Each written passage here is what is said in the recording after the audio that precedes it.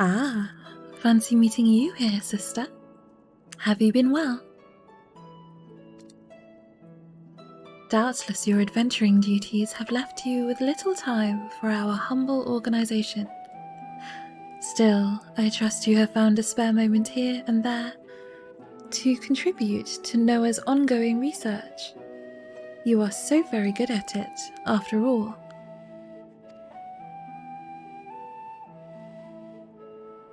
Splendid, splendid. As you can see, my circumstances leave little room for complaint.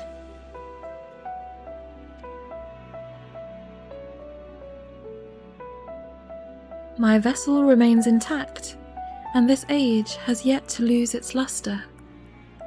All told, Cod's discovery of the orb containing my essence in Circus Tower was a happy twist of fate indeed. Not only have I been able to drink my fill of this world's mysteries and delights, but Co seems more than happy to allow me all the time I need to indulge my curiosity.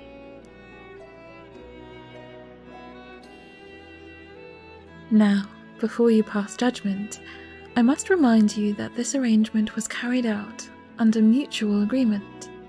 I fully intend to relinquish control to her as soon as my work here is done, and it just so happens you may be able to help with that.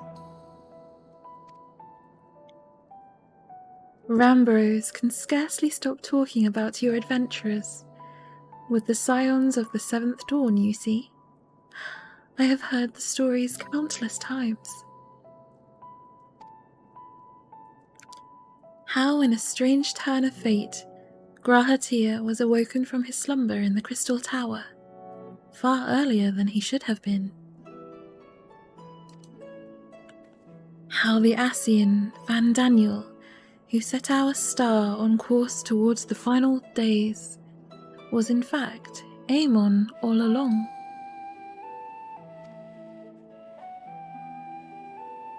Events of earth-shaking import, events in which you invariably played a pivotal role.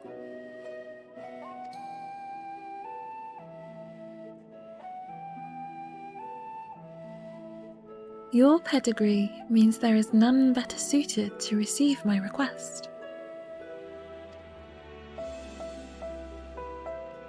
Firstly, however, I would ask that you summon Grahatir to the 8 Sentinels. I suspect he will answer the call of a comrade in arms much more readily than an anonymous researcher calling themselves an Archmagus.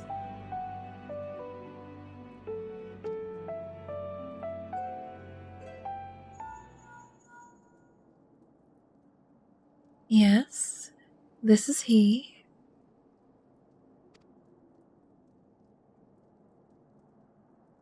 Sister, what a pleasant surprise.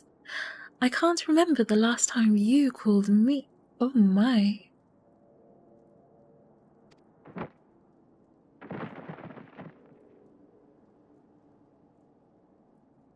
Oh, that? 'Twas nothing, nothing at all. I'm much more interested in you, my friend. Are you well? You aren't in some sort of trouble, are you?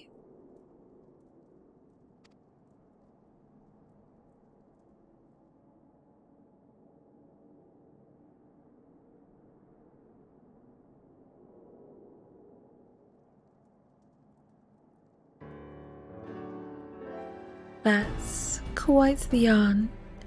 You say the Archmagus Noah, inhabiting the body of a young researcher, has asked you to ask me to make haste to the 8 Sentinels. Have I got it right?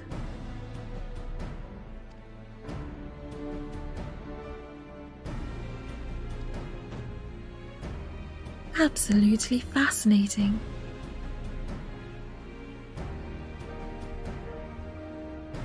I'll be there at once, as soon as I conclude my current business, that is. I promise to be quick. Tell Noah, or is it Co, that I'm eager to make her acquaintance. Until then, sister.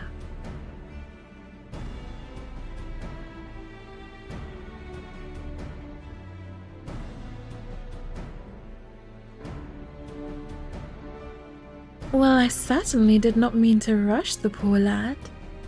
I hope his haste does not come at the expense of caution.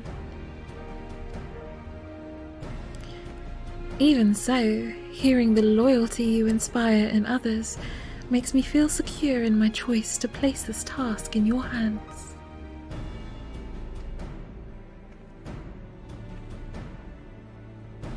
Now then, it would be improper for us to be late to our appointment after pulling Grahatia away from his work. Feel free to go on ahead.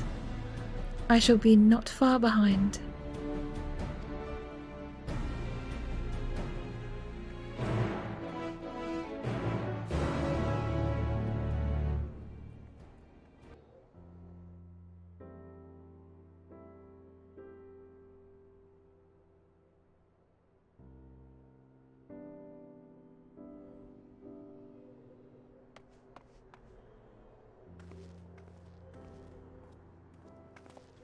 I came as quickly as I could. I haven't kept you waiting, have I?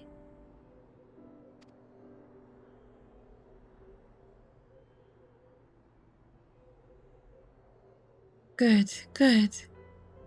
When you told me that Noah herself was a party in all this, I knew this was an opportunity I would be loath to miss. When placed against the rebirth of both Xande and Amon, the survival of Noah's essence seems almost quaint. Still, I can't help but be excited to meet her and hear what this request of hers entails.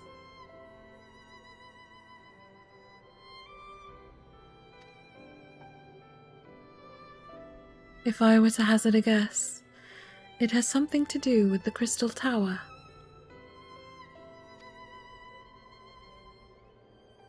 Your instincts are correct. Now, let me see those eyes, a deep crimson, the likes of which I have not seen in many an age.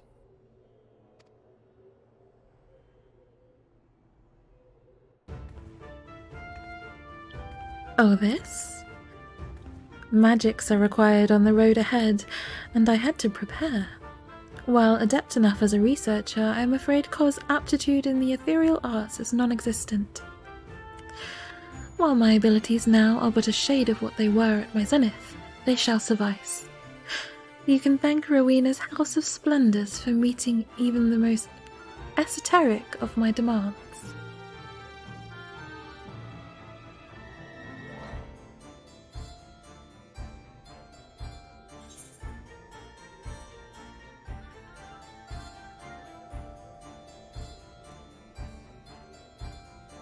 You've truly captured the spirit of Allag.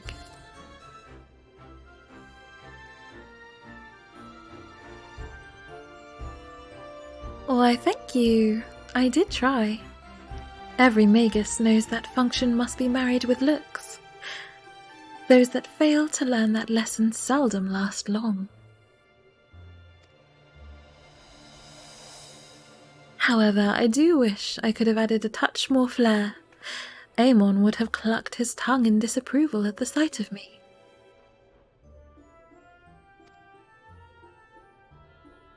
Alas, I had to appease Ko's preferences as well. She insisted that the first few outfits I selected were much too gaudy, and eventually we landed on this compromise. Beauty truly is in the eye of the beholder, I suppose.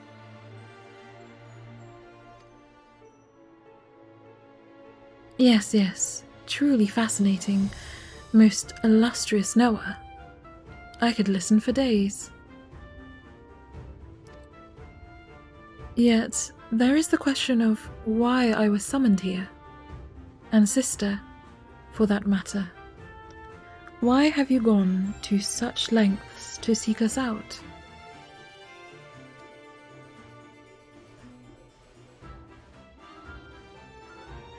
To seek... Yes, quite right. To understand where we are heading, I must first tell you what came before.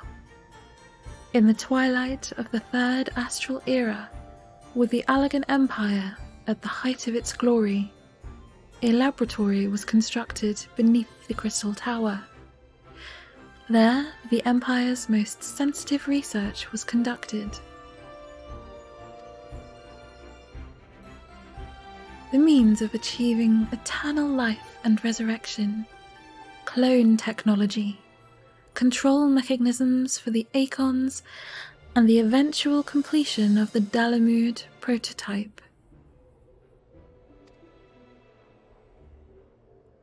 Those were but few of the many projects pursued deep under the earth, all in absolute secrecy, with the full blessings and guidance of the royal family.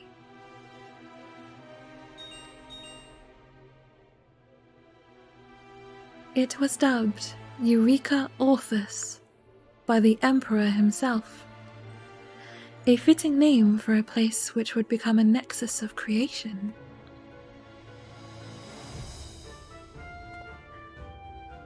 Eureka?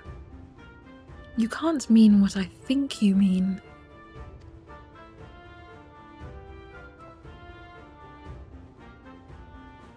I believe you and Kryl are well familiar with the Forbidden Land. When that island appeared suddenly in the waters of the Far East, it was dubbed Eureka after the Allagan legend.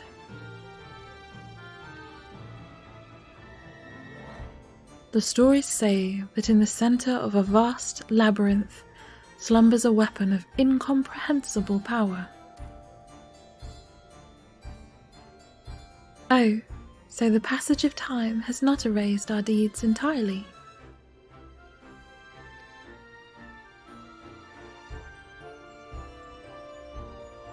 That legend has a hint of truth in it. The development of specialized weapons was a main subject of research within Eureka Orthos. It comes as no surprise that rumors of what transpired there would eventually grow into the tales of which you speak.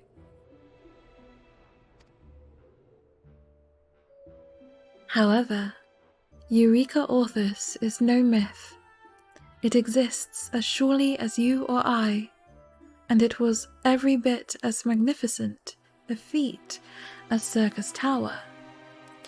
I have reason to believe it survived the chaos of the Fourth Umbral Calamity relatively unscathed.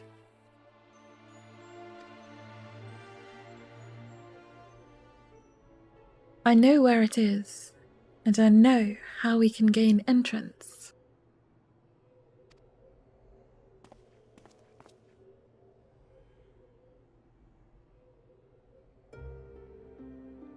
My peerless knowledge of teleportation magics shall take us to the gates, and the royal blood flowing through Grahatia's veins shall open them.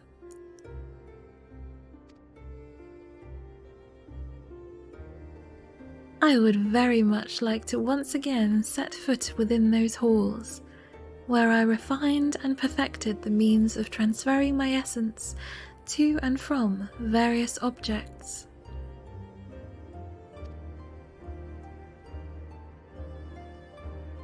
Which brings me to my request.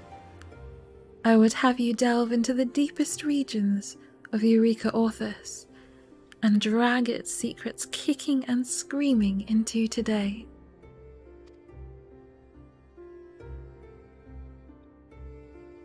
With the flow of time within the Crystal Tower restored, the laboratory should be fully active.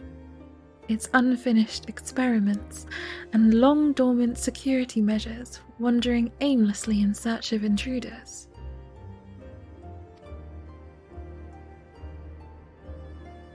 First order of the day shall be to put these obstacles to rest and advance to the 30th floor of the facility.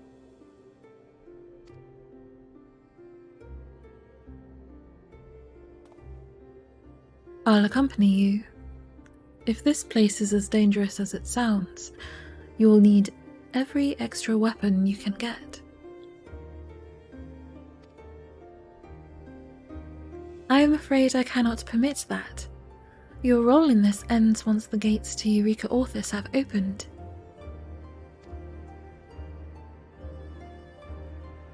I understand your disappointment, but the same blood that makes you useful as a key makes you a hindrance to fulfilling this mission.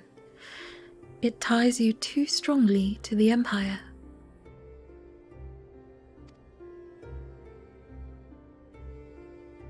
Unlike the Crystal Tower, there is no need for Eureka Orthos to inspire hope.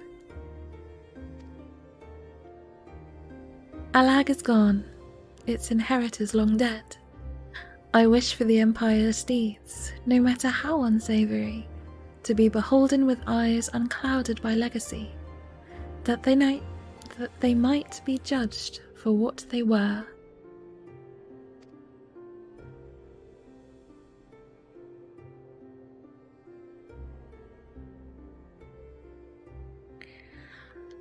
So, sister, I know I have been long in the asking, but will you accept this task? Naturally, I shall offer all the help I can muster, and you are free to take any spoils you may find. There is much that could be of use to one such as you.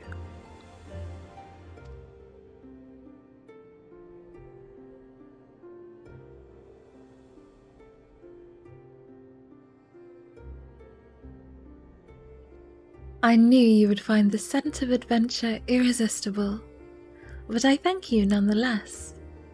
Drink your fill of ancient secrets and buried sin.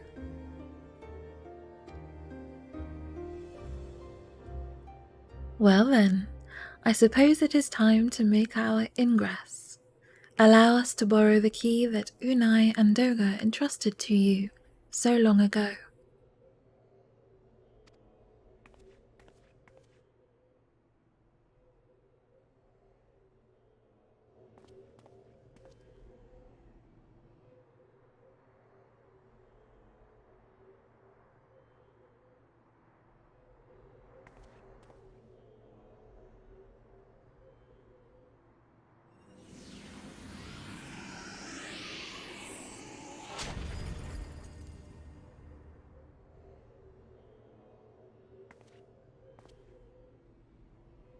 Ah, the connection seems to be stable. Very good.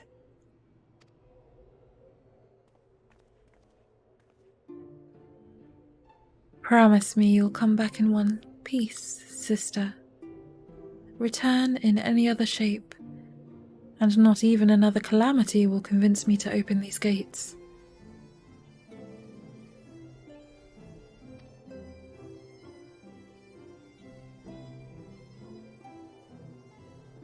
Must you fuss over her like a child?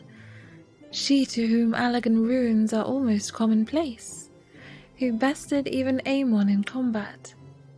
Compared to such trials, this will be but a footnote in a long list of heroics. Once sister returns from her expedition, you are more than welcome to return here and listen to the report. Rest assured, you shall remain fully apprised of any world-threatening developments.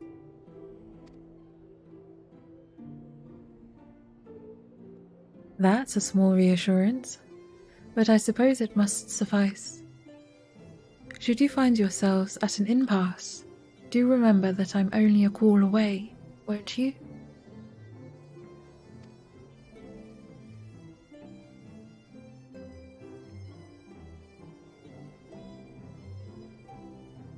Now then, let us make ready. The secrets of Eureka Orthos lie in wait to be found.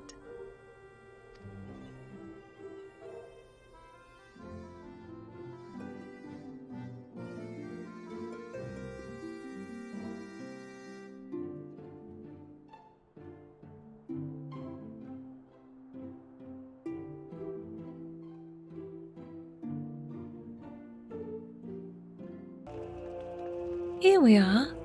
Rambros has furnished me with all the manpower I requested. The capable researchers of the Sons of Saint Konak stand ready to organize your expeditions and appraise any rarities you may find. As for my part, I have managed to offset the magical limitations of this vessel with my boundless knowledge, procuring 2 tools that should be of great use to you. First, special armor. You see, in the days before the 4th Umbral Calamity, the researchers of Eureka Orthos fortified it with wards that innovate the faculties of any intruders. Even the most masterful weapons are rendered useless if they cannot be swung. To overcome this, I have imbued a set of armor with opposing wards that should nullify the effect, thus allowing you to fight with gusto. Second is a handy little device called a demiclone generator. As the name implies, it is capable of creating near clones in a matter of moments. Such clones, while imperfect, were often used in experiments. If you come across tomestones containing data on such experiments, the generator can make sense of them. Furthermore, while the ether of the clones dissipates as quickly as vapor in a hot beaker, an extra hand or 2 may prove useful in pulling you from a perilous situation. Take these tools in good health, and may they serve you well. Once you have steeled your nerves and sharpened your weapons, speak with Katoon to begin. Well met, sister. I'm Katoon, and Mistress Noah has asked me with overseeing all manner of support for your expeditions into Eureka Orthos. That lass over there is Valeroyne, and she'll appraise the worth of any trinkets or treasure you may find. Mistress Noah has also provided us with a synthesis node, and we're standing by to offer whatsoever aid we can. I take it the Archmagus has given you the 2 pieces of equipment she was so proud of making. Excuse me, but for your own safety I must ask you to show them to me before I allow you to set foot into the unknown.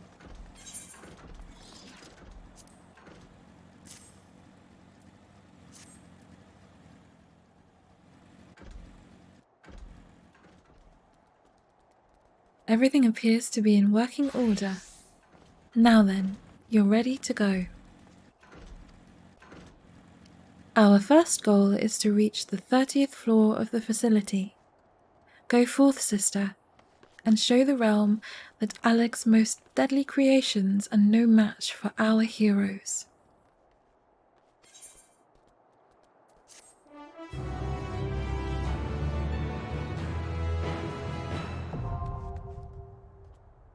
Eureka Orthos now accessible.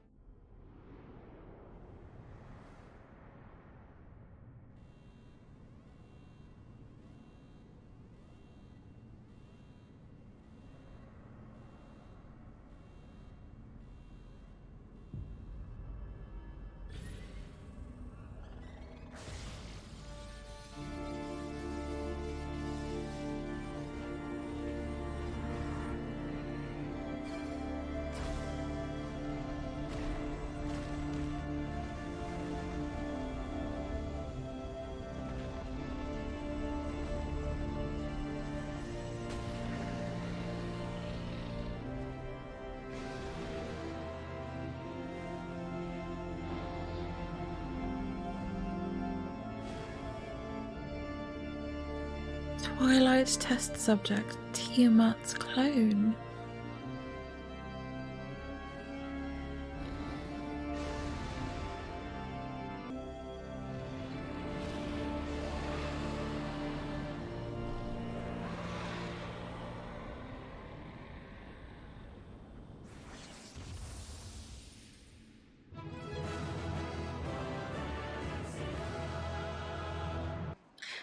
Ko-Rantar is eager to hear of your progress into Eureka Orthos.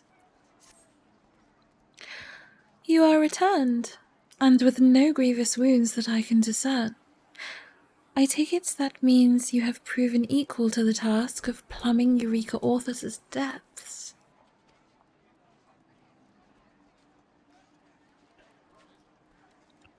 I knew the contrivances of Allag's brightest minds would be no match for you. But of course, what else should I have expected from an adventurer of your caliber? I am very much looking forward to your full report, but first you should summon Grahatia. I did make the boy a promise, after all. If you would, impress upon him that the matter is one of the utmost urgency. Although I suspect he hardly needs the extra prodding.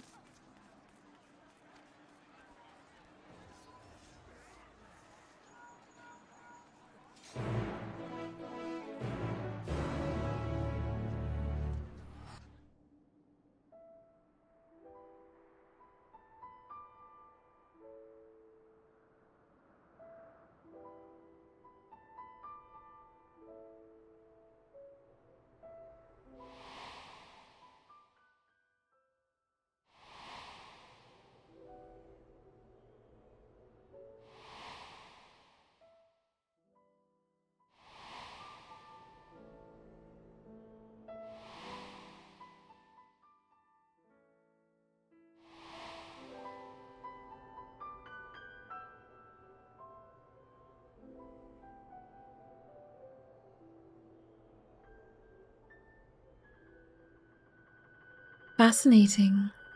It was as Noah said would happen. The vanguard of Allagan research came to meet your advance. Artificial organisms and clones, each more fearsome than the last. And at the end of this vicious parade was none other than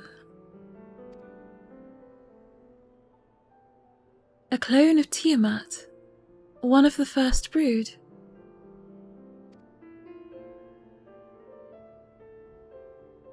When Xande began his conquest of the southern continent, the dragons which held dominion over the region offered fierce resistance.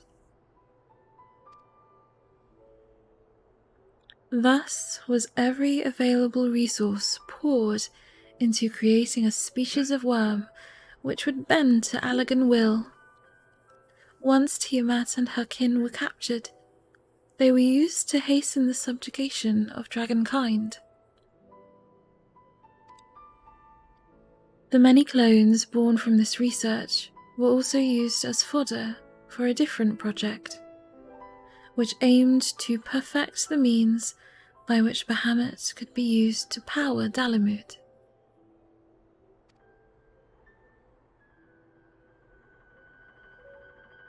When we encountered Tiamat on Azizlar, 'twas plain her thoughts had never strayed far from Bahamut, even after thousands of years of imprisonment. If her clone was forced to watch as he was reduced to a power source for that fell moon, even if that Bahamut was merely a primal, the sight must have torn at her heart.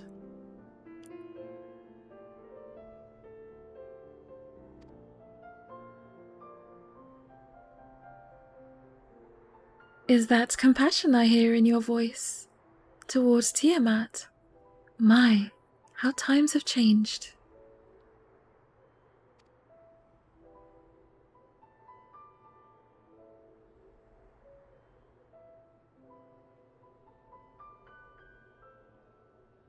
I know not how the deeds carried out in Eureka Orthos will look when viewed through your eyes.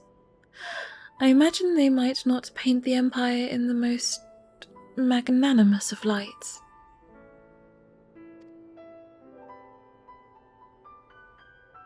Yet, as an Allagan myself, I can say that, at the time, they were not only a symbol of our eminence, but also a means of our survival.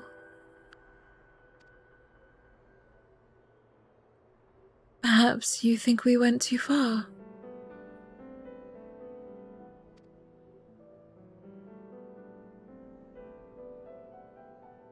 Before rushing to judgment, allow me to remind you that civilization thrives by bending nature to its will. Allagan science is but one manifestation of this inevitability.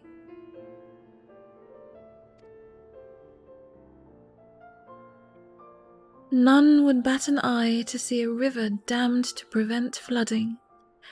We breed plants and animals with the intent to make their next generations hardier, for our own benefit, not for the subjects.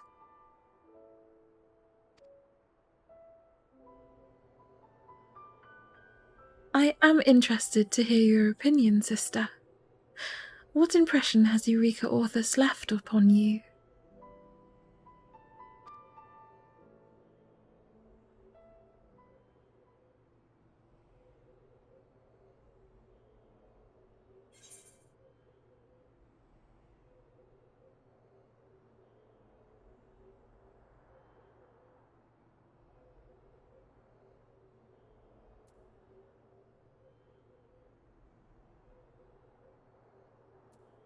The Allagans crossed a line, then went far beyond it.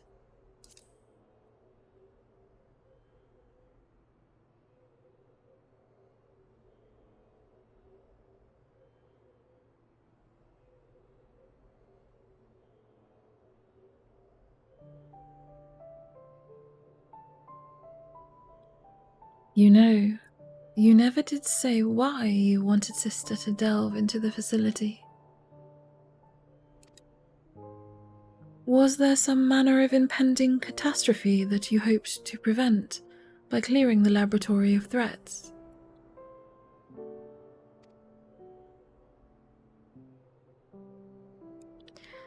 Oh, it was nothing so noble as that. Naturally, with no researchers to maintain them, the remaining experiments would succumb to the march of time.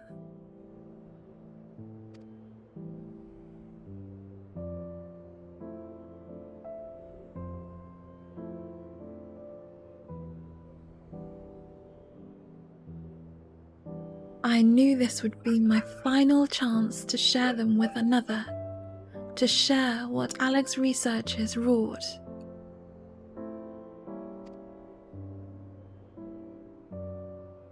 Their endless experimentation produced the answers to questions few thought to even ask, and now, in a way, their work shall live on.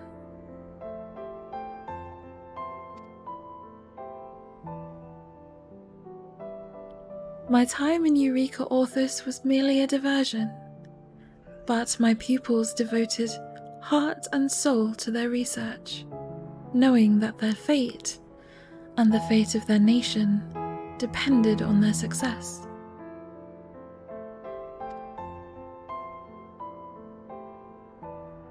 Your pupils were here.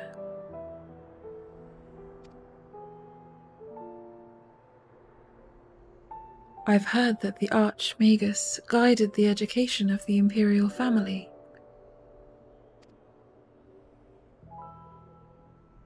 So when you speak of your pupils, that can only mean...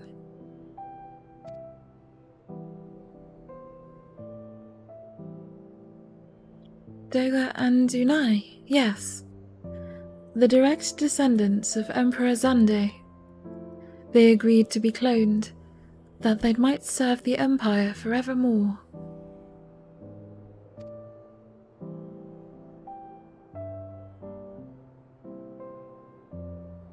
I wanted the world to know what their sacrifice gave us, how they spurred the advance of technology further than any before them.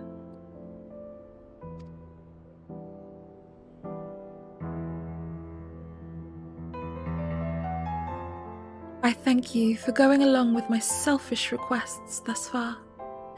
If you would allow me another indulgence, I would like to dedicate your expedition to the memory of those children and their fallen homeland.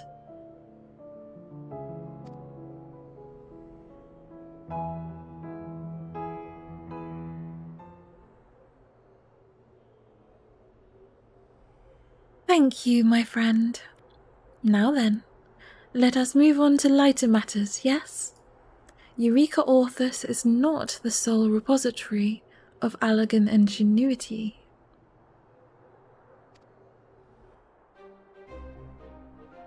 For the Empire was vast, and they were loath to put all their eggs in one basket, so to speak. Doubtless other similar facilities dot the realm.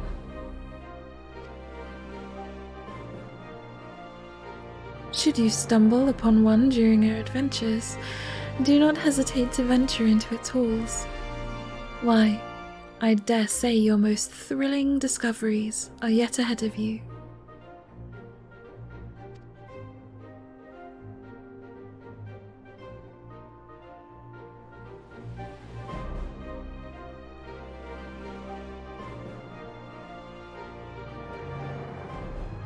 I look forward to hearing of them.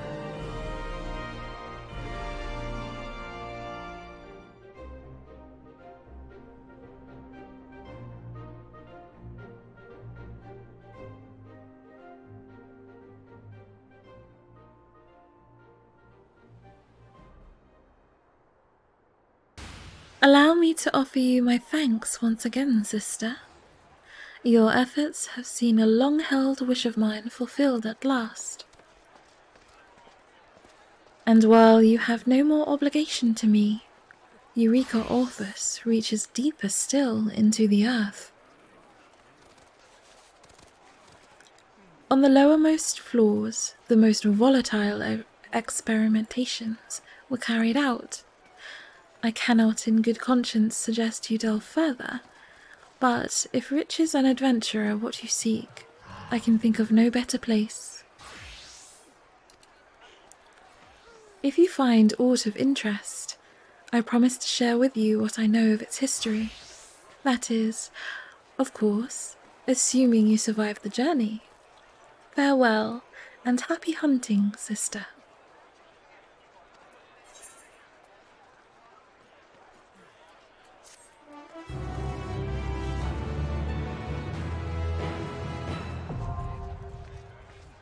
You can now explore beyond floor 30 of Eureka Orthos.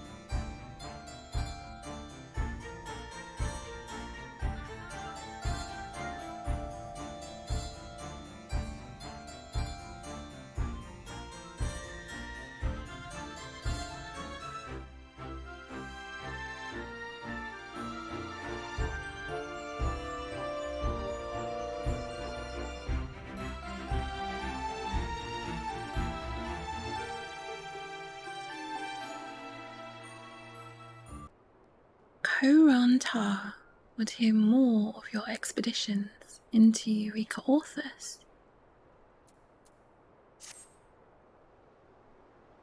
I understand your desire for plunder and hidden knowledge has won out over your survival instincts. I am dying to know, what awaited you at the bottom of Eureka Orthos?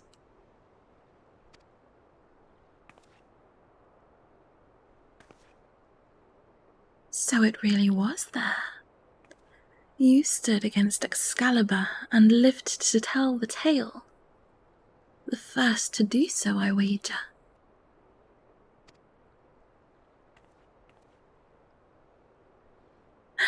to think I ever feared for your safety. Aemon himself would have been hard-pressed to match your bravery. Well then, as I promised, I shall share with you the final scrap of lore I have to offer you. Listen well, for even among the researchers of Eureka Orthos, this was a closely guarded secret.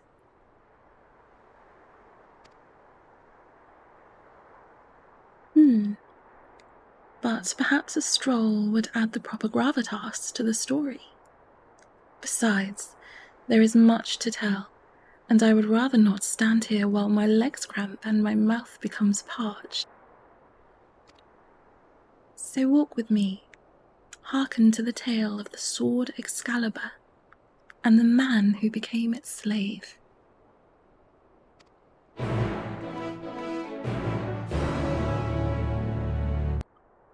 Now, where to begin? As you are doubtless well aware, a major subject of Allagan research were the Acons, or as you know them, primals. One among them stood apart. It had the power to work dreams, no matter how outlandish, into reality. It was sealed deep within Eureka Orthos, to hide it away from those who would misuse it. Researchers were even forbidden to speak its name, as if that would erase all trace of its existence from the world.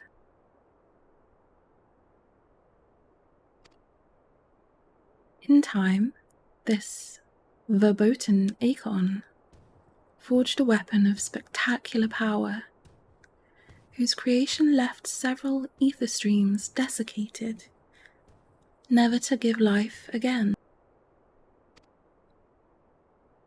But I am reminded of my days as a teacher, when my pupils would doze off despite the gravity of the facts being laid before them.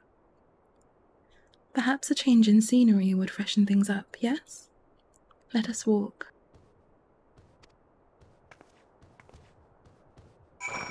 Now where was I? Oh yes, Eureka's Acon was instrumental in the development of the Allagan trigger weapons, meant only to be wielded by those deemed worthy. These armaments would make summoning an Acon a simple task. The chosen wielder need but hold the weapon aloft, and divine strength would be at her beck and call. Without the use of specialized materials such as auracite, the manufacture of trigger weapons should have been impossible. And yet, Eureka's Acon managed it all the same. Excalibur, as you have no doubt concluded, was one of the fruits of that endeavor. Come.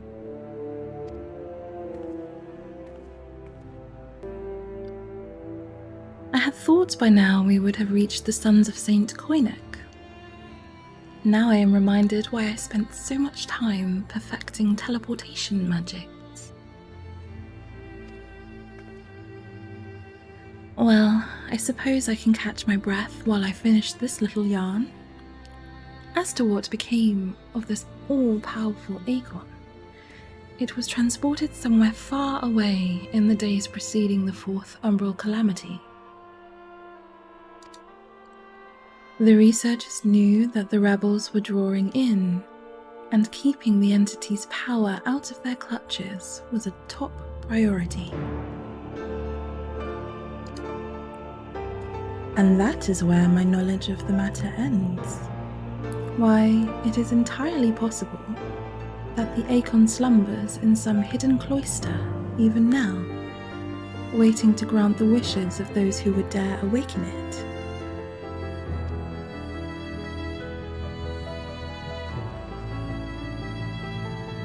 I jest, of course, yet even if I were not, and the Acon were unleashed upon the realm once more, I have no doubt you would lay it low before its powers were used for evil. Now, let us get our feet moving again, or else I may very well use magics to bring an end to this interminable walking.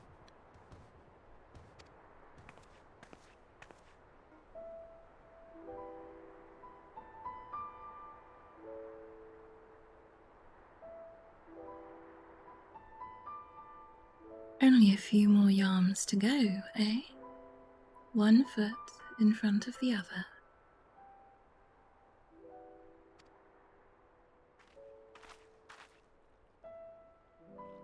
But before we conclude this little jaunt, I should conclude the story of Excalibur.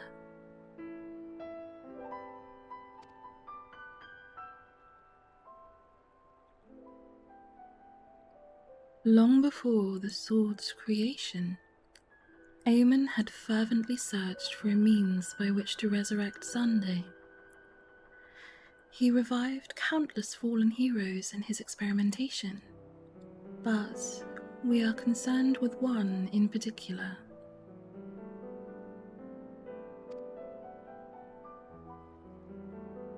I speak of the revered Artorius, a legendary king said to have united Ilsabard long before the Allagan Empire.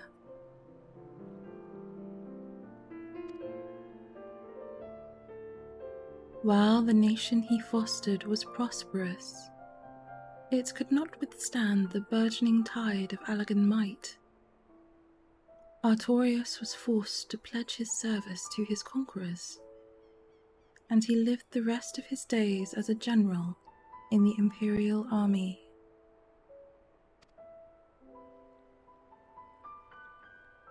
Once reborn by Aemon's hands, he was given the mantle of general yet again. Unsurprisingly, he often found himself at odds with the direction the empire was headed.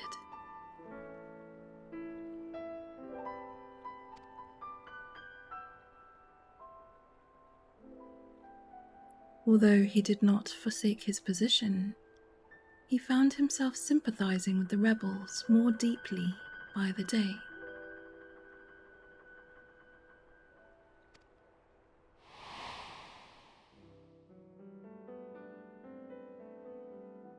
Whether it was due to the strength of Phlegethon's convictions or the strength of his blade, I do not know.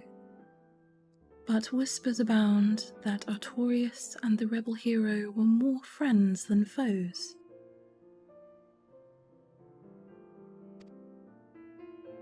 Through their many encounters on the battlefield, they forged a bond of mutual respect.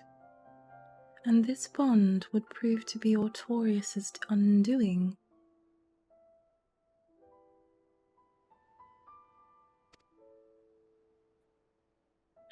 The Empire would not suffer the slightest hint of treason within its ranks, and when these whispers reached the ears of High Command, they sent an assassin to end Artorius' life.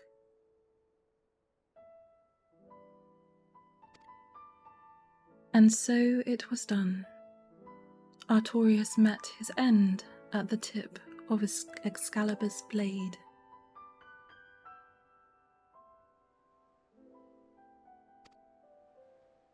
As the once noble king drew his final breath, an Aegon descended from the heavens, twisting his body into a grotesque form.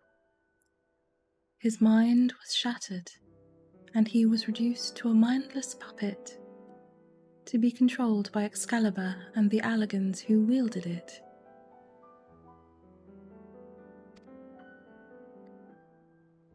In a cruel twist of fate, it was this perverted shade of Artorius that stamped out the fires of revolution and put Phlegethon in shackles.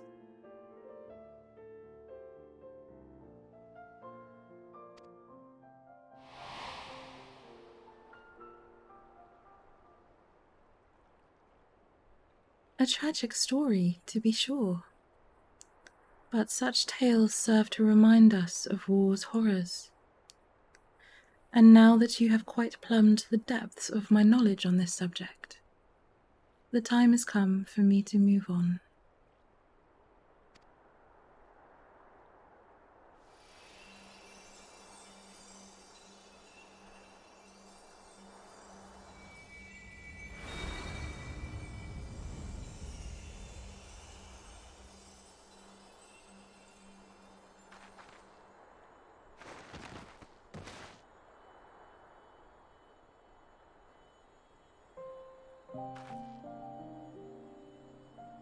Are you surprised? I did say I would relinquish this vessel when I no longer had need of it. I'm sure Ko is eager to return to her life.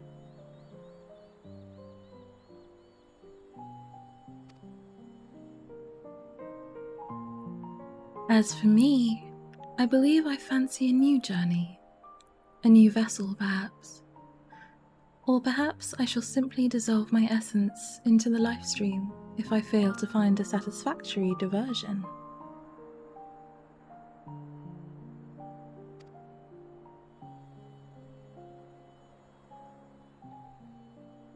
Now, there is no need for that dour expression.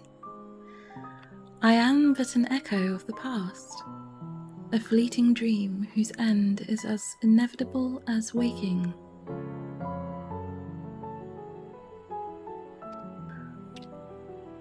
That my brief reverie in this age allowed me to claim you as a colleague is nothing short of a miracle, which I shall treasure until the end of my days.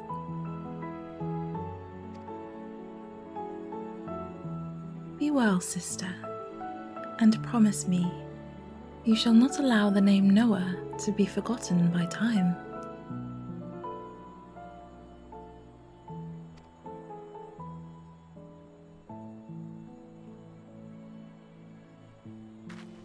Wait.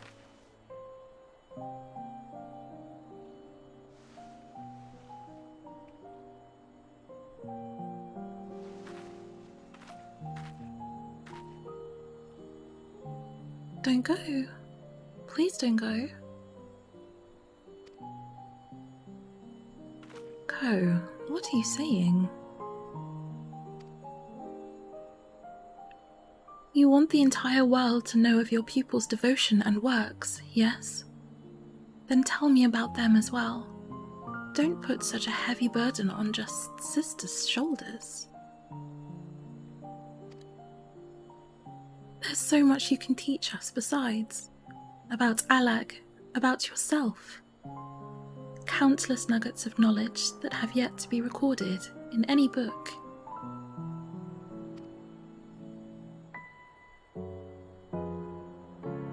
If ever you need me as your vessel again, I'll happily oblige. Just stay here and tell me everything.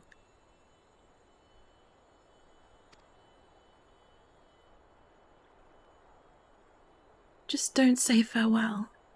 I forbid it.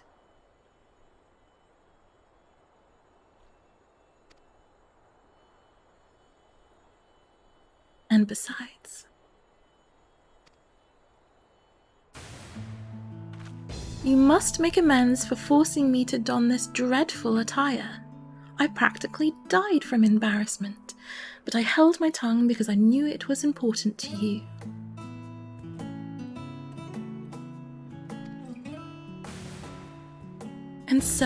And so, you're in my debt.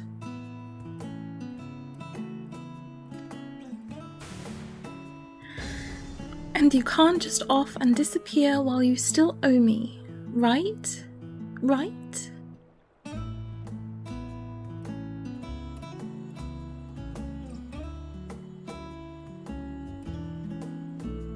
Ko, what has gotten into you?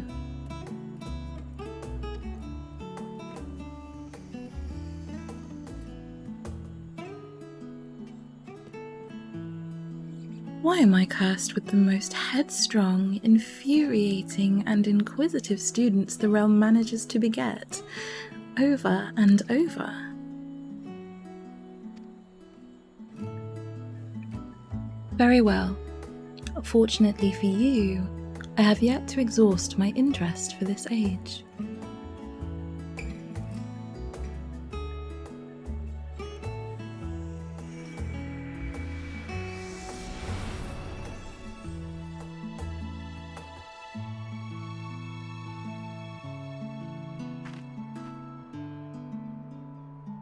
I owe you my thanks, sister, for all you've done for Noah, and in a way, for me as well.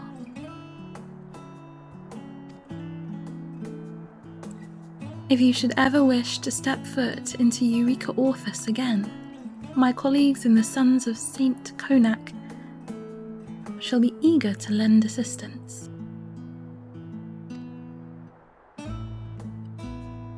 Noah, and Noah surely, look forward to working with you again.